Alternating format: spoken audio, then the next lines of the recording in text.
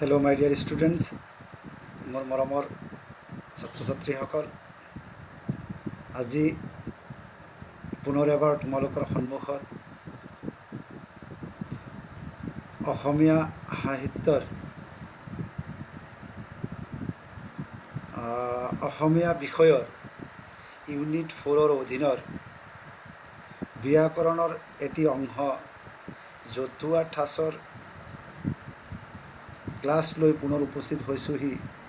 যিহেতুকে যোৱাটি ক্লাছত মই এই বিষয়ৰ ওপৰতেই কিছু কথা তোমালোকৰ লগত আলোচনা কৰিছিলোঁ।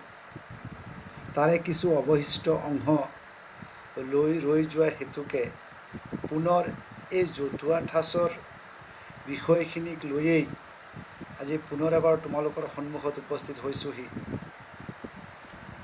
যোৱাটি ক্লাছত মই তোমালোকক কৈছিলোঁ যে জতুৱা ঠাঁচ অসমীয়া ভাষাৰ এক স্বকীয় প্ৰকাশভংগী আৰু ই অসমীয়া ভাষা সাহিত্যৰ এটি অপৰিহাৰ্য অংগস্বৰূপ। আৰু জতুৱা ঠাঁচত দুটা বা তাতোধিক শব্দ লগ লাগি গঠন হোৱা ভাষাৰ যি গোট কেৱল আবিধানিক অৰ্থ প্ৰকাশতে সীমাবদ্ধ নাথাকি সম্প্ৰসাৰিত অৰ্থ প্ৰকাশ কৰে, বৰং কেতিয়াবা অবিধানিক অৰ্থৰ পৰিৱৰ্তে সম্প্ৰসাৰিত অৰ্থহে মুখ্য হৈ পৰে। ভাষাৰ তেনে গোটকে জতুৱা ঠাঁচ বোলে। অৰ্থাৎ দুটা বা তাতোধিক শব্দ লগ লাগি গঠন হোৱা ভাষাৰ কিছুমান গোট যিয়ে আবিধানিক অৰ্থ প্ৰকাশৰ ওপৰত জোৰ নিদি সম্প্ৰসাৰিত অৰ্থ প্ৰকাশৰ ওপৰত জোৰ দিয়ে প্ৰকাশ কৰে, আৰু তেনেকুৱা আবিধানিক অৰ্থৰ পৰিৱৰ্তে সম্প্ৰসাৰিত অৰ্থ মুখ্য হৈ পৰে, আৰু তেনেকুৱা শব্দকেই অসমীয়া ভাষাত জতুৱা ঠাঁচ বোলে। আৰু ছেকেণ্ড কথাটো হ'ল জতুৱা ঠাঁচক আমি অলংকাৰ বুলিও ক'ব পাৰি বা অলংকাৰ।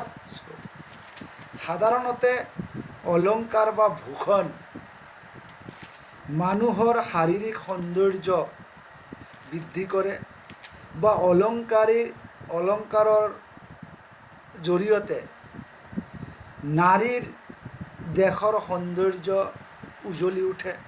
ঠিক সেইদৰে অসমীয়া ভাষাৰ এই জতুৱা ঠাঁচো অসমীয়া ভাষাৰ অলংকাৰ স্বৰূপ।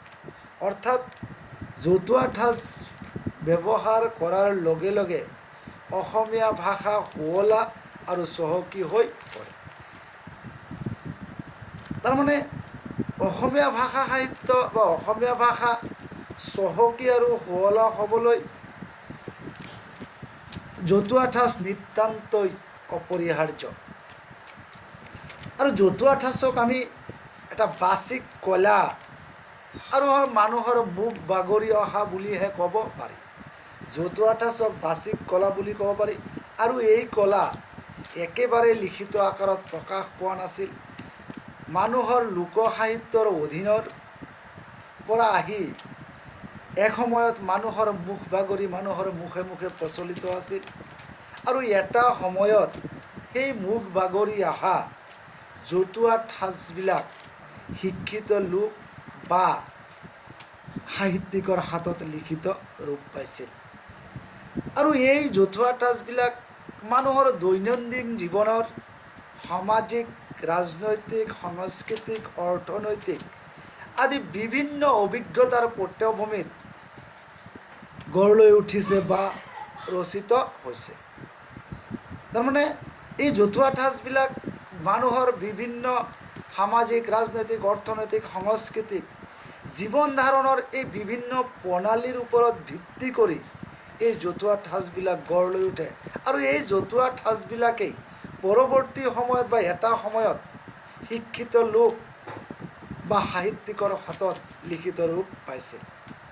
আৰু সিয়েই মানুহৰ মাজত প্ৰচলিত হৈছিল আৰু মানুহৰ লিখিত সাহিত্যৰ সেই প্ৰকাশিত হৈছিল, সাহিত্যৰ লগত সংলগ্ন হৈ পৰিছিল। দৰাচলতে জতুৱা ঠাঁচবোৰ নিৰ্দিষ্ট ভাষিক গোষ্ঠী বা একোটাৰ স্বকীয় সম্পদ জাতি একোটাৰ পৰিচয়। আৰু এই জতুৱা ঠাঁচবিলাক নিৰ্দিষ্ট কিছুমান ভাষিক গোষ্ঠী বা একোটা গোষ্ঠীৰ একোটা স্বকীয় সম্পদ বা এটাৰ জাতিৰ পৰিচায়ক স্বৰূপ। অৰ্থাৎ এই অসমীয়া ভাষাৰ যিসমূহ জতুৱা ঠাঁচ আছে, এই জতুৱা ঠাঁচখিনি অসমীয়া ভাষাৰ ভাষিক গোষ্ঠীৰ এটি সম্পদ আৰু সি জাতিৰ এটা পৰিচয় স্বৰূপ, পৰিচায়ক হিচাপে আমি তাক কি কৰিব পাৰোঁ, চিহ্নিত কৰিব পাৰোঁ। এতিয়া এই জতুৱা ঠাঁচ, মাই ডিয়াৰ ষ্টুডেণ্টছ, ছাত্ৰ ছাত্ৰীসকল, এই জতুৱা ঠাঁচক বা এই জতুৱা ঠাঁচ অসমীয়া ভাষাত দুই ধৰণে প্ৰয়োগ হোৱা দেখিবলৈ পোৱা যায়। যোৱাকালিৰ ক্লাছত মই কথাখিনি কৈছিলোঁ, আকৌ পুনৰ এবাৰ তোমালোকক আৰু স্পষ্ট কৰি দিয়াৰ উদ্দেশ্যেৰে এই কথাখিনি মই পুনৰ আলোচনা কৰি আছোঁ। জতুৱা ঠাঁচৰ দুই ধৰণৰ প্ৰয়োগ লক্ষ্য কৰা যায়, সাধাৰণ অৰ্থ প্ৰকাশ কৰা আৰু সম্প্ৰসাৰিত অৰ্থ প্ৰকাশক। কিছুমান জতুৱা ঠাঁচে সাধাৰণ অৰ্থ প্ৰকাশ কৰে আৰু সেই জতুৱা ঠাঁচ সাধাৰণ বা লিখিত অৰ্থ য'ত প্ৰকাশ কৰে তাত সম্প্ৰসাৰিত অৰ্থৰ ওপৰত জোৰ দিয়া নহয়, তাত সেই লিখিত বা সাধাৰণ অৰ্থৰ ওপৰত জোৰ দিয়া হয়। অন্যহাতে সম্প্ৰসাৰিত অৰ্থ প্ৰকাশ কৰা জতুৱা ঠাঁচক সেই লিখিত বা সাধাৰণ অৰ্থৰ ওপৰত জোৰ নিদি কেৱল সম্প্ৰসাৰিত অৰ্থৰ ওপৰতে জোৰ দিয়া হয়। তাৰমানে জতুৱা ঠাঁচ অসমীয়া ভাষাত দুই ধৰণে প্ৰয়োগ হ'ব পাৰে, সাধাৰণ অৰ্থ প্ৰকাশৰ ক্ষেত্ৰত আৰু সম্প্ৰসাৰিত অৰ্থ প্ৰকাশৰ ক্ষেত্ৰত। আৰু এই সাধাৰণ অৰ্থ প্ৰকাশত জতুৱা ঠাঁচৰ হ'ল নাম শব্দৰ লগত ক্ৰিয়া বা আন শব্দ যোগ হৈ, নাম শব্দৰ লগত ক্ৰিয়া বা আন শব্দ যোগ হৈ সাধাৰণ অৰ্থ প্ৰকাশক জতুৱা ঠাঁচবোৰ সৃষ্টি হয়। নাম শব্দৰ লগত বা নাম শব্দৰ লগত ক্ৰিয়া বা আন শব্দ যোগ হৈ সাধাৰণ অৰ্থ প্ৰকাশক জতুৱা ঠাঁচবোৰ সৃষ্টি হয়। যেনে আউল-লাক, আশাপাল, ইতিকিংকৰ, লগধৰ, কঠীয়াপাৰ, এই কথাবিলাকৰ বা এই ঠাঁচ জতুৱা ঠাঁচবিলাকত কেৱল সাধাৰণ অৰ্থৰ ওপৰত জোৰ দিয়া হৈছে, তাত কোনো সম্প্ৰসাৰিত অৰ্থৰ ওপৰত জোৰ দিয়া নাই। তাৰ যি অৰ্থ সেই অৰ্থৰে প্ৰকাশ কৰিছে।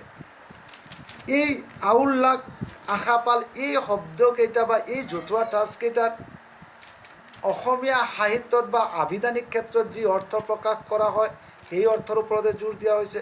ইয়াত কোনো সম্প্ৰসাৰিত অৰ্থৰ আগমন ঘটা নাই।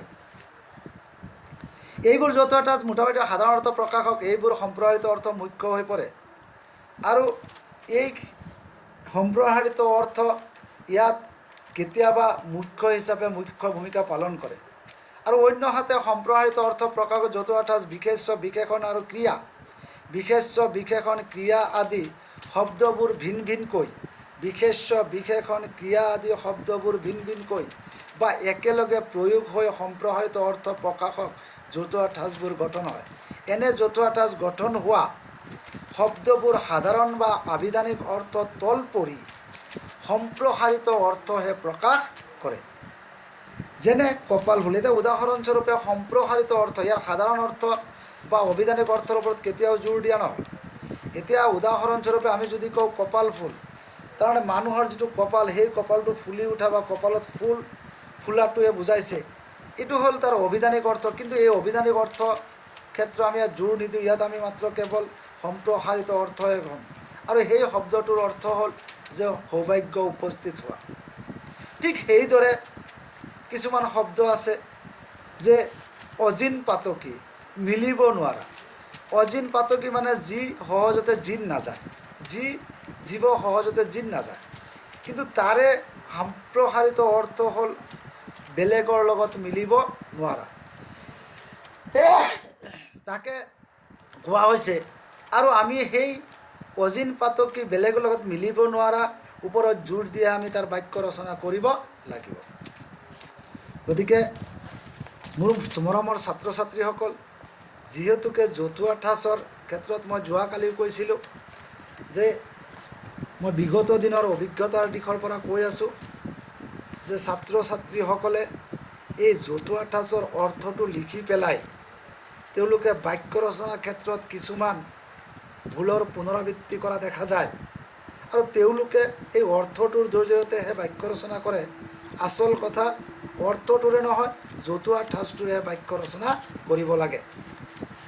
এতিয়া আমি চাওঁ জতুৱা ঠাঁচৰ কিছুমান খণ্ডবাক্য। আৰু ইয়াতে আৰু এটা কথা ক'ব পাৰি যে জতুৱা ঠাঁচবিলাক আমাৰ অসমীয়া ভাষা সাহিত্যত এটা কালত মানুহৰ মুখে মুখে বা মানুহৰ মুখ বাগৰি আহি সময়ৰ লগত খোজ মিলাই শিক্ষিত লোক বা সাহিত্যিকৰ হাতত সি লিখিত ৰূপ পাবলৈ সক্ষম হৈছিল। এতিয়া যদি আমি বিচাৰিবলৈ যাওঁ এই জতুৱা ঠাঁচবিলাক বিভিন্ন মানুহৰ লোক সাহিত্যৰ অধীনত বা জনসমাজত প্ৰচলিত বিভিন্ন খণ্ডবাক্য, প্ৰবাদ প্ৰবচন, পটন্তৰ, ফকৰা যোজনা, মানুহৰ সমাজ ব্যৱস্থাত প্ৰচলিত, মানুহৰ মুখে মুখে প্ৰচলিত মানুহৰ খণ্ডবাক্য, প্ৰবাদ প্ৰবচন, পটন্তৰ, ফকৰা যোজনা আদি অভিধাবোৰ জড়িত হৈ আছে। এই অভিধানিক কথাবিলাক এই জতুৱা ঠাঁচবিলাকৰ লগত জড়িত হৈ পৰিছে। তথাপি কিছু কিছু সুকীয়া বৈশিষ্ট্য এইবিলাক স্বকীয় মৰ্যাদা প্ৰদান কৰাও দেখা যায়। কেৱল খণ্ডবাক্য, প্ৰবাদ প্ৰবচন, পটন্তৰ বা ফকৰা যোজনাৰ ওপৰতেই জতুৱা ঠাঁচ কেতিয়াও লিপিবদ্ধ নহয়। তাৰ বাদেও কিছু কিছু ক্ষেত্ৰত এই জতুৱা ঠাঁচবিলাকৰ কিছুমান স্বকীয় মৰ্যাদা বা স্বকীয় বৈশিষ্ট্যও দেখিবলৈ পোৱা যায়। এতিয়া কিছু জতুৱা ঠাঁচৰ কথা মই ইয়াতে আলোচনা কৰিব বিচাৰিছোঁ। আৰু কিছু জতুৱা ঠাঁচত কেনেকৈ বাক্য ৰচনা কৰা হয় এই কথাখিনিও মই ইয়াত আলোচনা কৰিম।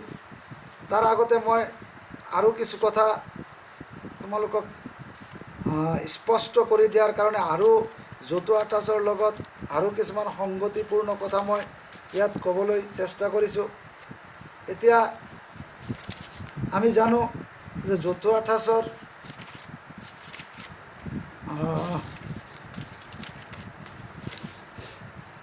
বিভিন্ন কথা ইয়াত কোৱা হয়।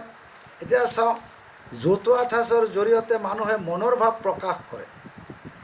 মনৰ ভাৱ প্ৰকাশ কৰোঁতে সকলো ভাষাতে কিছুমান বিশিষ্ট শব্দৰ লগত কিছুমান বিশেষ্য বিশেষণ শব্দ, বিশেষ্য বিশেষণ ক্ৰিয়া, বিভিন্ন শব্দ, অব্যয় আদি প্ৰয়োগ হৈ অৰ্থনৈতিক পৃথক আন কোনো অৰ্থ ব্যৱহাৰ কৰা হয়। ভাষাৰ এনে ৰীতি ঠাঁচক জতুৱা ঠাঁচ বোলে। ইয়াত আৰু অলপ বেলেগকৈ কোৱা হৈছে যে মানুহৰ বিশেষ্য বিশেষণ সৰ্বনাম ক্ৰিয়া আদি বা শব্দ বা ধাতু প্ৰচলিত অৰ্থতকৈ কিছুমান পৃথক অৰ্থ প্ৰকাশ কৰে আৰু তাকেই জতুৱা ঠাঁচ বুলি কোৱা হয়। আৰু জতুৱা ঠাঁচ মই আগতেই কৈছোঁ, জতুৱা ঠাঁচ হ'ল অসমীয়া ভাষাৰ অলংকাৰস্বৰূপ।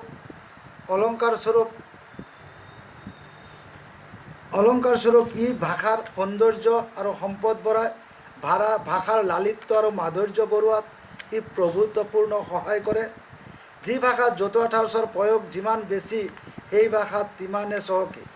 ইয়াত আৰু এটা কথা কোৱা হৈছে, যি ভাষাই নহওক, যি ভাষাত জতুৱা ঠাঁচ অধিক প্ৰয়োগ হ'ব সেই ভাষা সিমান চহকী হ'ব, সেই ভাষা সিমান ধনৱন্ত হ'ব, সেই ভাষা সিমান ধনী হ'ব। তাৰমানে জতুৱা ঠাঁচ এটা ভাষাৰ অপৰিহাৰ্য অংগ। জতুৱা ঠাঁচে ভাষাৰ লালিত্য বঢ়ায়, জতুৱা ঠাঁচে ভাষাৰ সৌন্দৰ্য বঢ়ায়, জতুৱা ঠাঁচে ভাষাক সমুজ্জ্বল কৰি তোলে। সেইকাৰণে জতুৱা ঠাঁচ প্ৰয়োগৰ লগে লগে আমাৰ ভাষাও বিভিন্ন ক্ষেত্ৰত ধনী আৰু চহকী হ'বলৈ সক্ষম হয়। সেইবাবে ভাষা ভালকৈ শিকিবলৈ আয়ত্ব কৰিবলৈ জতুৱা ঠাঁচৰ ব্যৱহাৰ জনা উচিত। সেইকাৰণে আমি ভাষা এটা ভালকৈ শিকিবলৈ হ'লে, ভাষা এটা জানিবলৈ হ'লে, ভাষা এটা আয়ত্ব কৰিবলৈ হ'লে আমি জতুৱা ঠাঁচৰ ব্যৱহাৰ জনাটো নিতান্তই প্ৰয়োজনীয়। গতিকে ছাত্ৰ ছাত্ৰীসকল, জতুৱা ঠাঁচ হ'বলৈ হ'লে বিশেষ্য বিশেষণ ক্ৰিয়া আদি কিছুমান বিশেষ শব্দ বা ধাতু প্ৰচলিত অৰ্থতকৈ কিছু পৃথক অৰ্থ প্ৰকাশ কৰা, আৰু তাকেই জতুৱা ঠাঁচ বোলে। গতিকে জতুৱা ঠাঁচৰ গোটেই কথাখিনি ইয়াত আলোচনা কৰা হ'ল। এতিয়া তাৰে মই জতুৱা ঠাঁচৰ কিছু কথা ইয়াত দৰকাৰী জতুৱা ঠাঁচ আলোচনা কৰিবলৈ ওলাইছোঁ। তাৰে তোমালোকক কালি মই হোম এছাইনমেণ্ট হিচাপে তাৰে কিছু জতুৱা ঠাঁচ মই তোমালোকক দিম। এতিয়া উদাহৰণস্বৰূপে কঁকালত টঙালি বান্ধা, সাজু হৈ ওলা। ইয়াত কঁকালত টঙালি বান্ধা, তাৰ ইয়াৰ কঁকালত টঙালি বান্ধা, ইয়াৰ যদি আমি আভিধানিক বা সাধাৰণ অৰ্থ বিচাৰিব যাওঁ তেতিয়াহ'লে তাৰ যিটো সম্প্ৰসাৰিত অৰ্থ তাৰ লগত কিন্তু তাৰ মিল নাই। কঁকালত টঙালি বান্ধা মানে সাজু হৈ, তাৰ সম্প্ৰসাৰিত অৰ্থ হ'ল সাজু হৈ ওলা, কোনো কামৰ কাৰণে সাজু হৈ ওলা। যে আমাৰ গাঁৱৰ, তাৰ বাক্য ৰচনাটো হ'ব এনেকৈ, আমাৰ গাঁৱৰ ডেকাসকলে কঁকালত টঙালি বান্ধি কামৰ কাৰণে ওলাই গৈছে। আৰু এটা কথা মই তোমালোকক আৰু ক্লিয়াৰ কৰিব বিচাৰিছোঁ যে বিগত দিনৰ অভিজ্ঞতাৰ পৰা মই কৈ আছোঁ যে আমাৰ ছাত্ৰ ছাত্ৰীসকলৰ এটা ভুল ধাৰণা আছে যে কাণ কৰ, ইয়াৰ সম্প্ৰসাৰিত অৰ্থ হ'ল মনোযোগ দে। তেওঁলোকে বাক্য ৰচনা কৰোঁতে তেওঁলোকে ভাবে যে মনোযোগ দে ই কেৱল বৰ্তমান কালতহে তাক বাক্য ৰচনা কৰিব পাৰে। আচল কথাটো তেনেকুৱা নহয়।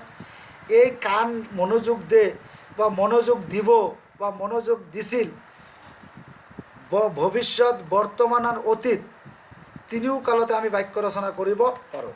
উদাহৰণস্বৰূপে কাণ কৰ, মনোযোগ দে, যে শিক্ষকে ছাত্ৰ ছাত্ৰীসকলক তেওঁলোকক শ্ৰেণীকোঠাত সকলো বিষয়তে কাণ কৰাৰ কাৰণে পৰামৰ্শ দিছিল। বা ভালকৈ পৰীক্ষাত ভাল ফলাফল দেখুৱাবলৈ হ'লে আমি প্ৰত্যেকটো ক্লাছতেই কাণ কৰি আয়ত্ব কৰিব লাগিব। কথাটো হ'ল যে তিনিওকাল, বৰ্তমান, অতীত আৰু ভৱিষ্যত, প্ৰেজেণ্ট, পাষ্ট এণ্ড ফিউচাৰ, তিনিও কালতে আমি তাৰ ৰূপটো পৰিৱৰ্তন কৰিব পাৰি বা পৰিৱৰ্তিত ৰূপত আমি তাক বাক্য ৰচনা কৰিব পাৰোঁ। উদাহৰণস্বৰূপে মই আৰু এটা দেখুৱাই আছোঁ। দাঁতে উঠে লাগ, কাজিয়া লগা।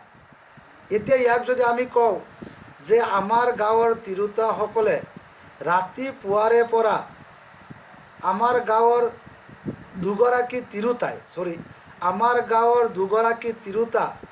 তিৰোতাই ৰাতিপুৱাৰে পৰা দাঁতে উঠে লাগি আছিল। তাৰমানে কামটো তেতিয়া আৰম্ভ হৈছিল, এতিয়াও চলিয়ে আছে বা শেষ হৈছে। বা আমাৰ গাঁৱৰ এই তিনিজনী তিৰোতাৰ মাজত দাঁতে উঠা লগা এটি পৰ্যায় সমাগত। তাৰমানে দাঁতে উঠা লগা মানে এতিয়াও লাগিব পাৰে, অতীততো লাগিছিল বা ভৱিষ্যতেও লাগিব পাৰে। তাৰমানে তাৰ সম্প্ৰসাৰিত, জতুৱা ঠাঁচৰ সম্প্ৰসাৰিত অৰ্থৰ যোগেদি আমি কালৰ ওপৰত নজৰ দিব নালাগে। আমি বৰ্তমানতো বাক্য ৰচনা কৰিব পাৰোঁ, অতীততো দেখুৱাব পাৰোঁ বা ভৱিষ্যতেও কৰা আমি দেখুৱাব পাৰোঁ। গতিকে সেই ক্ষেত্ৰত তোমালোকে মনোযোগ দিবা। তোমালোকে সদায় বৰ্তমানৰ ওপৰত জোৰ দিয়া। বৰ্তমানতো দিব পাৰিবা, ভৱিষ্যতেও দিব পাৰিবা, অতীততো দিব পাৰিবা, তাৰ কোনো লেখ যোগ নাই। ঠিক সেইদৰে মই আন এটা দেখুৱাই আছোঁ।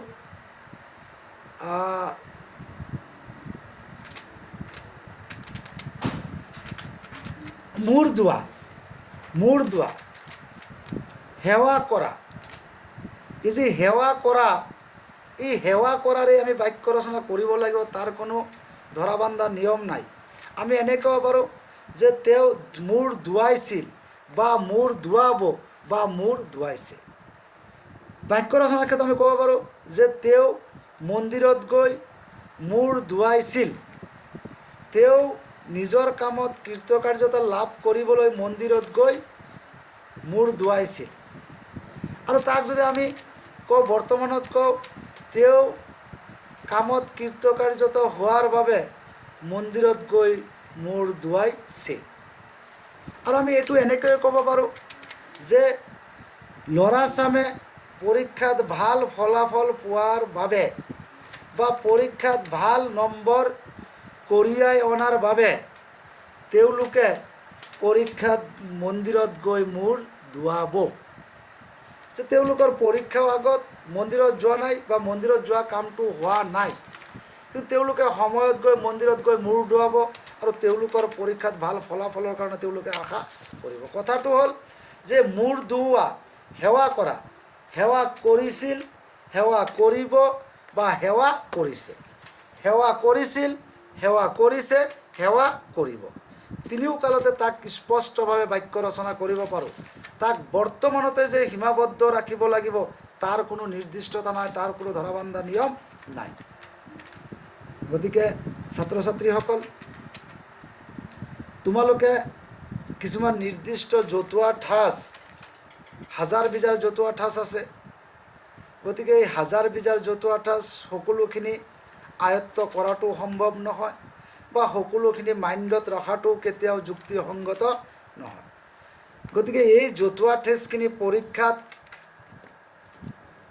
সম্পূৰ্ণ কৰাৰ বাবে বা পৰীক্ষাত এই জতুৱা ঠাঁচবিলাক যাতে কোনো ভুল নহয় তাক শুদ্ধভাৱে বাক্য ৰচনা কৰাৰ বাবে কেইবা বছৰৰ প্ৰশ্ন কাকত লৈ তাৰ পৰা দৰকাৰী জতুৱা ঠাঁচখিনি তোমালোকৰ নোট বহীত লিপিবদ্ধ কৰি তাৰ অৰ্থটো স্পষ্টভাৱে লিখি বাক্য ৰচনা কৰি সময়ৰ লগত বাক্য ৰচনা কৰি এটা সময়ত মোক দেখুৱাবা আৰু যিখিনি নোৱাৰা মোলৈ তোমালোকে প্ৰশ্ন হিচাপে প্ৰেৰণ কৰিবা আৰু তাক মই কৰি দিবলৈ সদায় প্ৰস্তুত আছোঁ ঠিক সেইদৰে ইয়াৰে কিছুমান বাক্য ৰচনা আছে দৰকাৰী কথা মই কৈ আছোঁ জয়দেউ কাকতি অনুনয় বিনয় কৰা ই প্ৰায় দৰকাৰী আহু কাণে ঘুনুক ঘানাককৈ এতিয়া জয়দেউ কাকতি অনুনয় বিনয় কৰা আমি বাক্য ৰচনা কৰিলে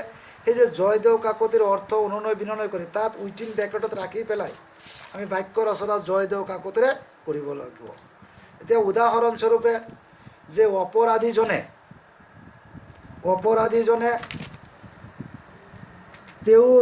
অপৰাধীজনে তেওঁৰ অপৰাধৰ পৰা মুক্তি পোৱাৰ বাবে ঊৰ্ধ্বতম কৰ্তৃপক্ষক জয়দেউ কাকতি কৰিছিল অনুনয় বিনয় কৰিছিল নহয় ঊৰ্ধ্বতম কৰ্তৃপক্ষক জয়দেউ কাকতি কৰিছিল গতিকে মই বাৰে প্ৰতি কৈয়ে আছোঁ বাক্য ৰচনা সেই জয়দেউ কাকতিৰে হ'ব অনুনয় বিনয়ৰে নহয় অৰ্থৰে নহয় শব্দৰে বাক্য ৰচনা কৰিব লাগিব অৰ্থটো উইথিন ব্ৰেকেটত ৰাখি পেলাই শব্দটোৰে বাক্য ৰচনা সম্পূৰ্ণ কৰিব লাগিব আৰু অন্য এটা হ'ল একাদশত বৃহস্পতি ভাগ্য সুপ্ৰসন্ন হোৱা এতিয়া আমি কওঁ একাদশত বৃহস্পতি তাক উইথিন ব্ৰেকেটত লিখিব লাগিব ভাগ্য সুপ্ৰসন্ন হোৱা বা সৌভাগ্য উপস্থিত হোৱা আমি বাক্য ৰচনা কৰোঁতে যে আমাৰ গাঁৱৰ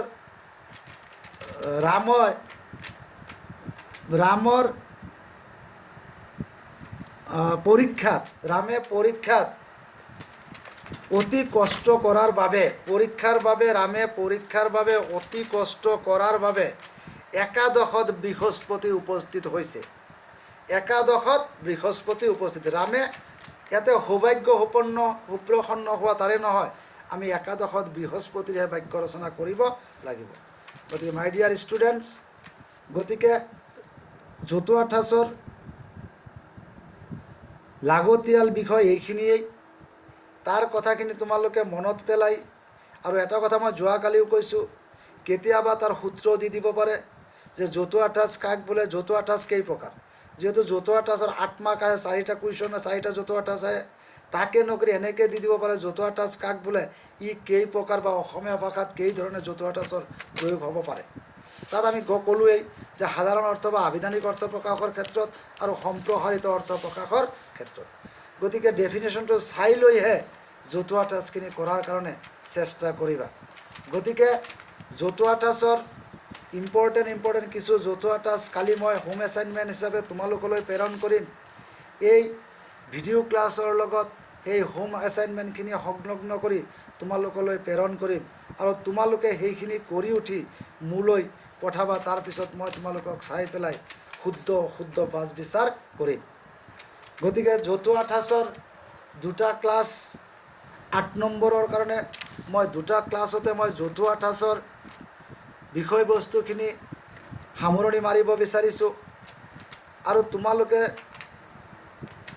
কুৱেশ্যন বেংকৰ পৰা দৰকাৰী জতুৱা ঠাঁচবিলাক উলিয়াই লৈ তাৰ অৰ্থ ওলাই লৈ বাক্য ৰচনা কৰিবা নোৱাৰাখিনি মোলৈ প্ৰেৰণ কৰিবা আৰু জতুৱা ঠাঁচৰ আৰু মই দীঘলীয়া নকৰি জতুৱা ঠাঁচৰ শ্ৰেণীটো মই ইয়াতে সামৰণি মাৰি পৰৱৰ্তী ক্লাছত মই আন এটা বিষয় লৈ তোমালোকৰ লগত সন্মুখত উপস্থিত হ'ম। আৰু জতুৱা ঠাঁচৰ এইখিনিতে মই জতুৱা ঠাঁচৰ শ্ৰেণীটোৰ জৱনিকা মাৰিব বিচাৰিছোঁ। ধন্যবাদ।